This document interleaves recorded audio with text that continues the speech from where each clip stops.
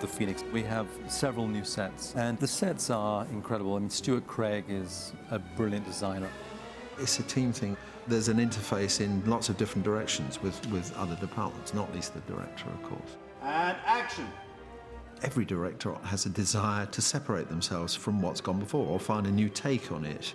David expressed a preference in the very early days for simplicity. He's just a great director who sort of never settles for less, and he'll always push for more and greater detail and things, which is brilliant. So what is this place? It's headquarters. The Grimmauld play set is fantastic. I mean, if there was one set on Harry Potter that I'd like to live, it would be there. It's just incredible. It's a typical 18th century Georgian square in London, terraced houses. In that sense, it's typical. What is very untypical, of course, is the way it magically appears. It appears from behind a drain pipe in the front elevation of this square. It has only one dimension, then it develops out into two dimensions, then the third dimension as the front steps pop forward and the windows sink back. In you go, son. Then you open the front door. Everything inside is strangely distorted, compressed in width or length, exaggerated in height. It's just a logical extension of where it's come from. The house is the ancestral home of Sirius Black, and he's hiding out here. What? No hello for me? And the whole feeling of it is of enclosure. That's why Stuart designed the sets with very high ceilings, and lots of the windows are mirrored to give another effect of enclosure you can't see out. Its period detail is as you would expect, but has this kind of exaggeration about it. It's incredibly decayed, incredibly dusty. The woodwork is all black, ebonized. It's full of character. As you come in, the walls of the hall are all a dark grey silk. We like using silk on walls because it's easy to distress. It looks good if it's aged. The floor of the hall is a tessellated tile effect in black and white, but much aged down. My mother did that when I ran away. Charming woman. I was 16. We've got sort of genetic backstory in this film. The whole Black family tree is up in a lovely scene between Harry and Sirius. Mira, the head of graphics, designed the tapestry very much with J.K. Rowling. In the book, there are only a handful of names on the Black family tree, but when you bring it to film, you actually have to visualize it. So I called Jo and said, Jo, we need some more information. Can you help us? 15 minutes later, she faxed down a copy of the Black family tree, which went back 4 or 5 generations, had 75, 100 names on it, and such is the depth of her knowledge that she's able to pull that out like that. We had it painted on specially woven tapestry fabric, and just small areas of it will be visual effects. It's a very beautiful piece of work from the people who painted it, and the concept as well is beautifully done. What has the Ministry of Magic got against me? We have 2 scenes in the kitchen. One is a big meeting, and then the second scene is a Christmas scene, which is much cozier. And this kitchen was originally designed, but David pushed the length even further to accentuate this difference of Sirius and Harry being apart from the family. Toast! Fred, George, Hermione, make sure. But it's impossible to find a table 20 feet long, so we had that made. And the big dressers, one of them is filled with old silverware and pewter in a jumbled mess because the house is supposed to have been looked after by Creature, the house elf, who obviously is not at all able to do this. The 2 big dressers behind me with the china are one way of giving the feeling of an old ancestral home. Otherwise, sort of touches of wizardry like cauldrons hanging up from the ceiling. Harry, are you all right? The bedroom is at the top of the house, also tall and narrow with mirrored windows. I wanted to accentuate the height by having one of my rare uses of wallpaper and grey and black striped silk curtains. I then found one bed in an auction which had a verticality about it. We designed it to have a higher head and lower foot and to make a second one. It's very gloomy and very, very strange. Not the room you'd like to spend the night in. The interior of 12 Grimmauld Place I enjoyed particularly. I know that Stephanie McMillan, the set decorator, did too. I suppose of all the sets on the film, these 3 sets, the kitchen, the bedroom and the hall and stairs, have been one of my sort of highlights of the film. It's just got the most amazing atmosphere and it's brilliant. It's so cool. I'd love to live there if we could take, like, the skulls out of it.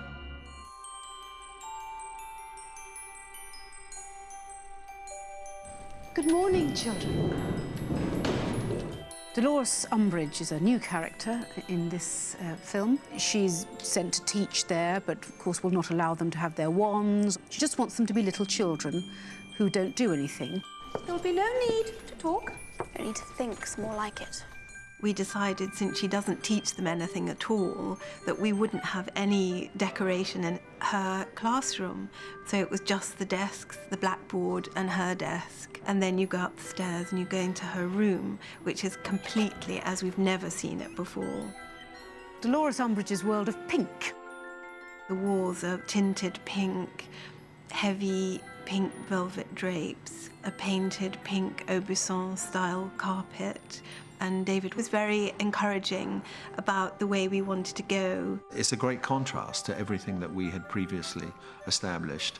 We do have colour in the magical world, but it tends to be colours emotionally associated with the mystical, the magical. So it's brilliant that Joe Rowling's choice for her is this strident sort of pastel pink. There was much discussion about the precise shade of pink and much testing of how it would photograph. We just took it, I hope, to a theatrical extreme. The furniture, if anything, rather than belie her character, sort of gives you a hint of what lies beneath, in that it's this curvy kind of French-style furniture. We decided that we hadn't had French furniture before, and since it was spiky, it would suit her character. It has this rather aggressive quality underneath all the little lace doilies and placemats and things on top of it. And it's also very obviously fake, very obviously not particularly good repro. There are also things in the cabinets which are like collections of little scissors and hat pins, so again, spiky and aggressive. And of course the cat plates all over the wall. They speak and purr, and they are little spies as well for her. She has lots of collector's plates with pictures of cats on them, the sort of thing you might see in somebody's home. But of course, this being the magical world of Harry Potter, there are moving pictures of cats. And the cats convey part of Umbridge's personality. You know, deep down, you deserve to be punished. We started with a bit of green paint. Then we shot film of cats on a separate stage, doing various different things.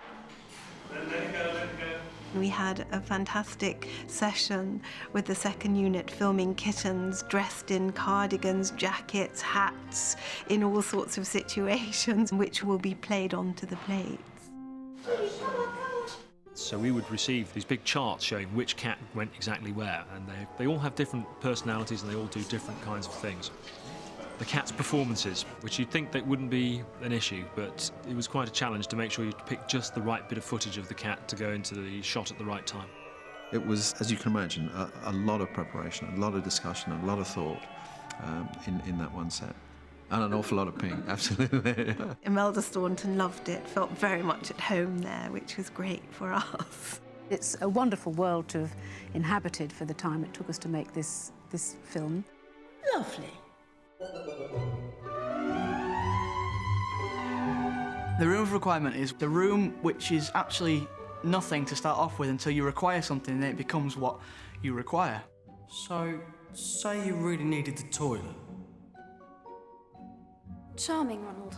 Joe describes it as having cushions and books, and so we have given it a kind of neutral state, and its neutral empty state when they first find it is that it is mirrored, and that seemed exciting photographically, but also appropriate in that it kind of reflected you and your need back to yourself. But when they need a Death Eater to rehearse with, then one appears. It is a very, very difficult set to photograph and to light. Stuart's idea was to put the mirrors all around the room, and very quickly we realized, that there are no way to avoid reflections. So we had weeks and weeks of meetings about how practical it was to shoot in this environment. So we kind of figured out a way of how we could achieve it. You can angle the mirrors, you can change the angle of the mirror slightly, which helps enormously. And with CG and visual effects, we're able to take out the reflections that we see. We went for this very reflective, unusual, magical design, which just feels quite beautiful.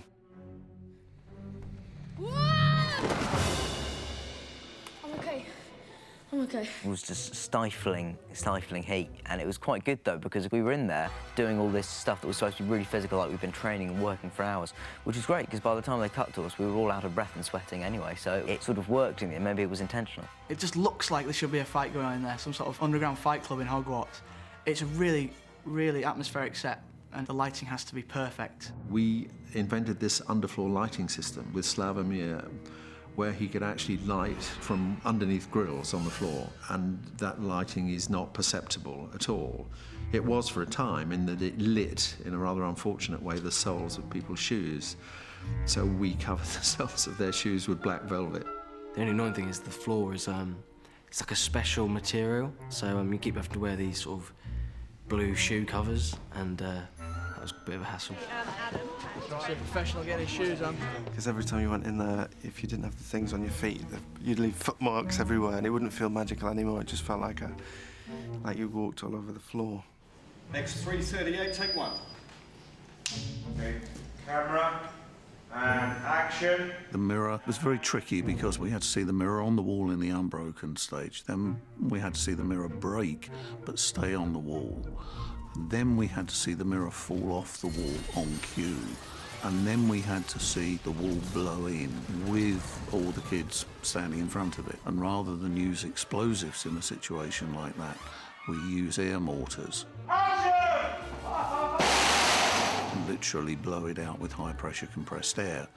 There's lots of little tricks to that. For instance, instead of using stone or plaster, we use cork because it's light enough not to hurt anybody, but it's heavy enough to fly through the air when you blow it up with air or explosive. And it looks real when it breaks. It looks exactly like stone would. The mirror was plexiglass. We had it laser cut to a predetermined break pattern. We glued onto the back of each broken piece a little peg which plugged into a little hole in the wall. And on cue, we pushed all the little plugs forward, so it pushed all the bits of mirror off the wall, all the mirror falls. It's very fiddly, but it works.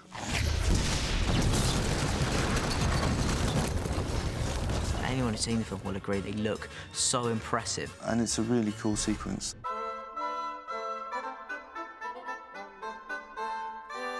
Three, two, one, background action!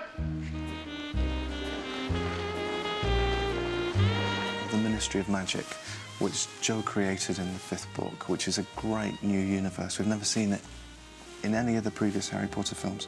There's a sort of 1950s bureaucratic, old-fashioned, inefficient vibe to the Ministry of Magic, and something that's quite quaint and British and very charming. We thought it would be fun to, in the first instance, to place it beneath the Muggle ministries.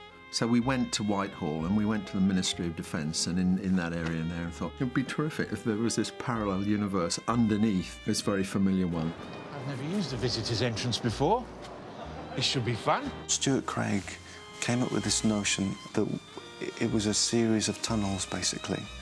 And because we both got intrigued by the underground system. We researched early underground stations, the Metropolitan line, the old Piccadilly line, and there are remnants of those early underground systems that still survive. So we went and we had a look and discovered that the facades on the street were beautiful classical architecture, but rendered in ceramic tile. And then, you know, as we went inside, there were remnants also of this Victorian, or turn of the century anyway, ceramic tile, but all with this incredible classical decoration. So that was a hell of an idea, and it also had a total kind of logic about it. Ceramic is impervious to the damp and to water and so on, so it is ideally suited to the underground. Tunnel shapes are circular tunnel shapes. So, you know, I took lots of photographs, reference photographs. So that was Stuart's inspiration for the Ministry of Magic. All these reflective tiles, all these odd little shapes, round circular shapes. And so it's very British. So that's why it kind of chimes, I think. So we literally built this, kind of mini city underground. Sculptors have been sculpting this gold acanthus leaf and the big statue here over about 6 months, but 90% of it is a complete phony. I mean, we built a little bit of it physically and then extended it endlessly with computer-generated extensions. This is the original plate with green screens inserted, where we're going to have to then take this and extend it outwards and upwards. You're trying to create something that is actually not there in reality. The whole part of the set is for real. Up to about here is real. That's all real, and beyond there is CG. In the other side of the atrium, we've got a whole extension. So our extension spreads up from here. These top 2 offices are done within the computer. This arch and everything beyond it is done in the computer. You've got the big golden wizard in the distance, and the repeating offices all the way back. These offices go all the way up, these big columns, and it's basically the classic sort of repeat English office where everybody's just stamping memos and typing on old typewriters, and just the business of wizarding going on endlessly. This set is actually, I would say that in the last sort of 6 years, this is the best set we've had. It's exciting when it works out well, and unfortunately, I think this has.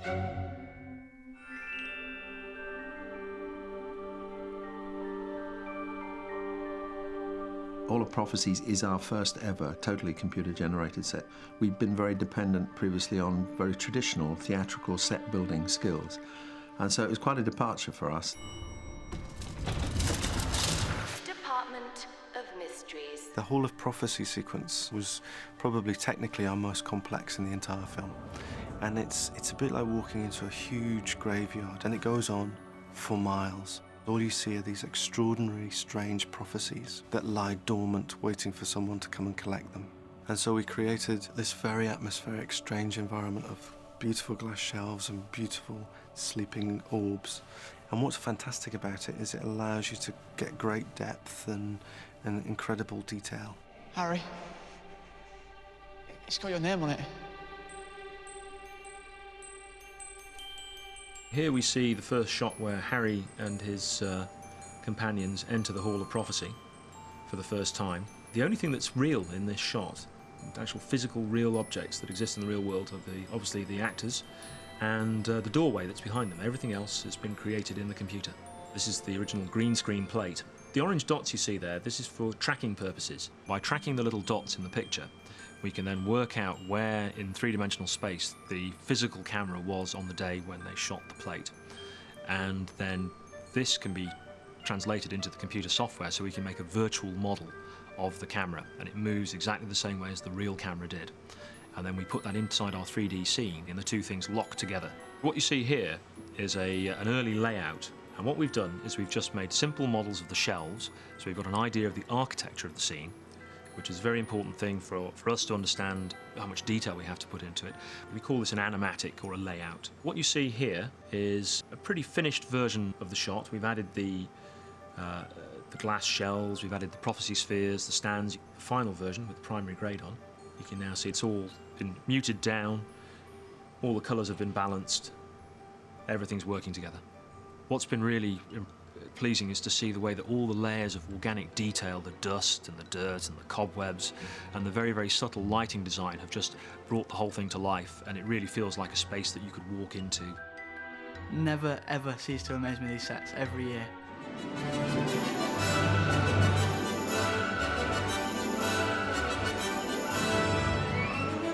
I'm always amazed by the skill and what they can achieve. We have a fantastic team on these Harry Potter films. I mean, the painters, the sculptors, the decorators, the prop makers. It impresses me every day, and I kind of live with it, but it is exceptional, truly.